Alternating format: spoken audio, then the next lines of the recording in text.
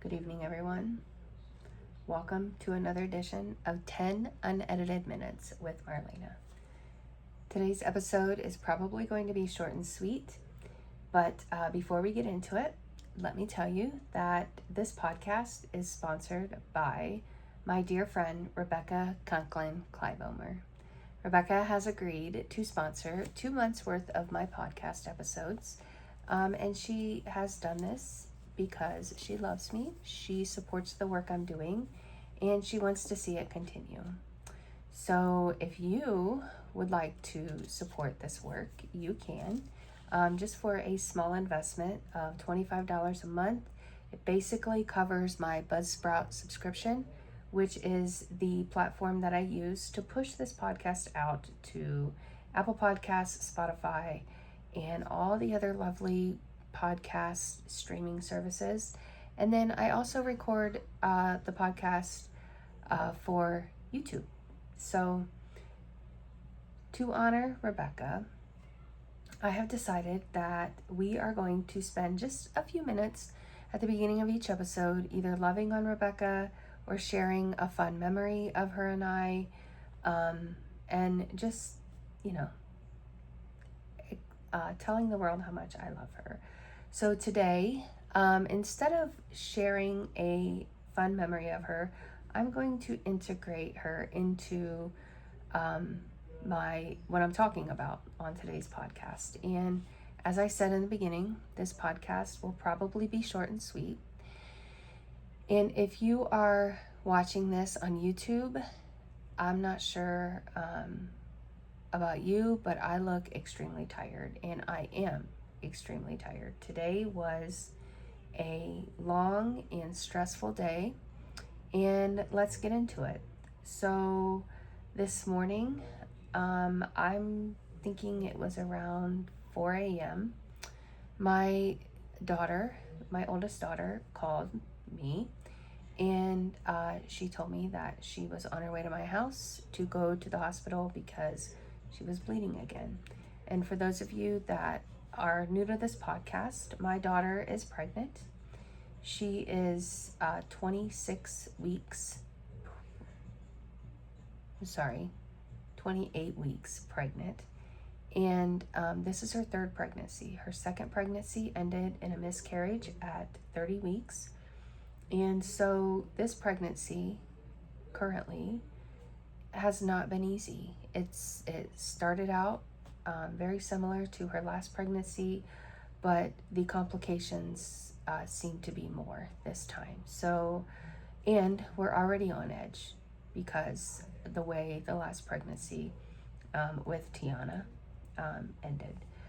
So now, to back up even further, I was stupid last night and did not go to bed until like 1:30 in the morning. I got sucked into this new season of Sullivan's it just came to me. Sullivan's Crossing on Netflix, and I got sucked in. I couldn't quit watching it. Finally, I had to turn it off and be like, you've got to go to bed, because my intent was to get up, at a pretty decent time this morning and sit down at this desk, record this podcast, and do a bunch of other work that I have to do for the icons, for my Hook and Rise creative. And none of that got done today. It all got pushed back because I needed to be there for my daughter. And so she came here. We hopped in the car, and we go to Blanchard Valley in Findlay for her OB care, because her doctor is here in Bluffton and they practice at Blanchard Valley. Mind you, my daughter lives in Lima, so it's an hour drive for her from start to get there. And she stops here so I can drive the second half of the way. So up until this point, she has had several bleeding episodes throughout this pregnancy, and we always have to get them checked out. And for those of you that have experienced this, yes, anytime you have a bleeding episode while you're pregnant, you need to get that checked out. So But every time we would go to the ER, or we would, at this point, go up to the OB floor, or we would go to her doctor's office, and they would check her. It would be easily explained, nothing critical, and she would come back home, right? Baby's totally fine. The baby would be fine. The baby's still fine. We monitored that baby all day today, and her heart rate was beautiful. She was moving and grooving in there all day long. But today took a little scary turn when we got to Blanchard Valley. We were there for a couple of hours. She was examined by a couple different doctors, and she was placed on the monitor for a while. And the baby checked out. Baby was totally fine. But the doctors were concerned because her bleeding was continuing. And it took me a while to figure this out, but I think they were more concerned because that is a sign of early labor. And she's only 28 weeks. So they told us that if she is going into labor, they can't handle a baby that is only 28 weeks gestation. So OSU in Columbus can. And Hannah has gone down there. I don't know if I've shared this on my podcast or not, but she has gone to OSU and seen an OB doctor down there because she is considered high risk, and they wanted her to get some high risk scans of the baby, some ultrasounds. And she is, a patient down there, so she has to go once every 4 weeks to get these high risk ultrasounds. I'm telling you what, the prenatal care this girl is getting this time around is phenomenal. Like, starting today, and this would have been regardless of what happened today, she has to go twice a week to have either a non-stress test done or an ultrasound done. So she sees her doctor twice a week now until that baby's born, which is great. But anyway, so long story short, we got transferred to OSU. That was not on our bingo card today. We both thought that we were just going to go to Blanchard Valley, get checked out, make sure baby was fine, and come back home. But when they said, out of an abundance of caution, we would like you to go down to OSU and get checked out, and you will be transported down there via ambulance, we both freaked out a little bit. And thank you to my mom, who is my rock through all of this. I immediately called her, and yeah, so it's been a long day. It's been a stressful day, and the way I'm going to integrate Rebecca into this conversation today is Hannah was taken by ambulance down to Columbus, and I followed in my car.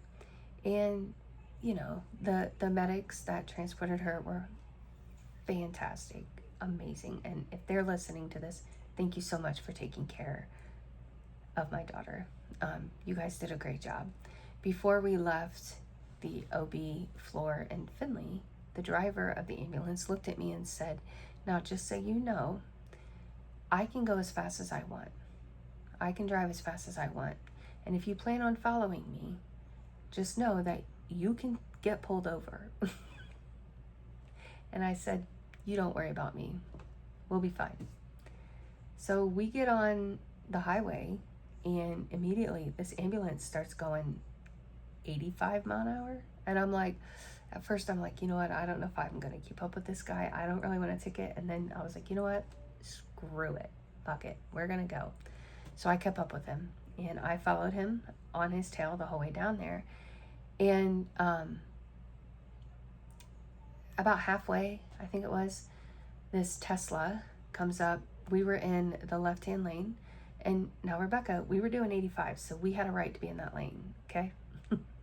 But we were in the left-hand lane, and this Tesla comes up beside me. He gets onto the highway, I think, and he just floored it, like passing me on the right. And he was trying to get around me and the ambulance. and there was like a semi or whatever in front of him, and the ambulance got up to that semi to where that Tesla couldn't get in, but he tried. And I lost my shit, Rebecca. I lost my shit. I was like, if you think you're going to cut off that ambulance that has my daughter in it, you have another thing coming.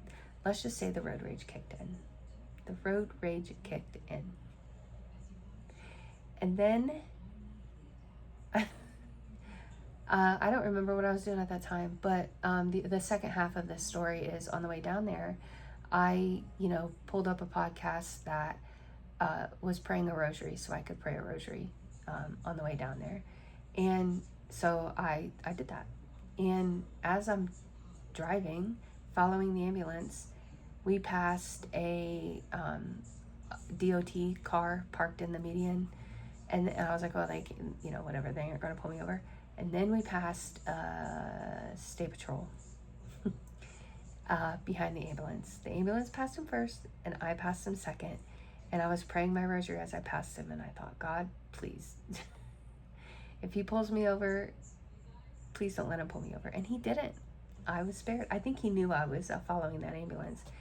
And he actually followed us a little bit. And I told Hannah, I said, yeah, we just got a police escort. And we passed a sheriff as well. But the ambulance driver informed us later that that sheriff was out of its jurisdiction. So either way, I, skated by two police officers doing 85 mile an hour in a 65, 70 mile an hour zone. Thank you for not pulling me over if you were that officer on the road today. And thank God for protecting me and my daughter during that drive down there. But yeah, we got down there and everything checked out fine. So Hannah's fine, baby's fine. I'm really thankful that Blanchard Valley saw the opportunity, that it was something beyond the scope of what they could handle, and they were not afraid to, send us down to Columbus and get her checked out further, because if something would have happened, then that would have been really, really bad. But I truly believe in my heart that the Holy Spirit is telling me that this baby's going to be okay. There are so many prayers going up for my daughter and my granddaughter and their family, and she's going to be okay. My concern is my daughter right now, but just say some prayers, you guys. Say some prayers for me. Yeah, this ended up being more than 10 minutes, but Rebecca, thank you for teaching me how to road rage. I'm totally joking, but seriously, thank you for being the amazing friend you are. Thank you for sponsoring this podcast, and I know you're praying for me as I, help my daughter through this pregnancy. And I know all of my listeners are, because, I've kind of kept you updated. If you're on YouTube and you wonder why I'm giving my microphone a weird look, I swear to God, there's a hair on there and it's tickling me. Anyway, I'm delirious. I'm tired. I need to go to bed. I might just go to bed early and get up super early and, catch up on the work I missed today, but that's beside the point. I hope you guys had an amazing day. Thank you for your support, your prayers, your love, all of that. I love you so much. And pray for me. I pray for you every day. And yeah, hopefully we'll see you tomorrow a little earlier than what we saw you today. So bye, guys.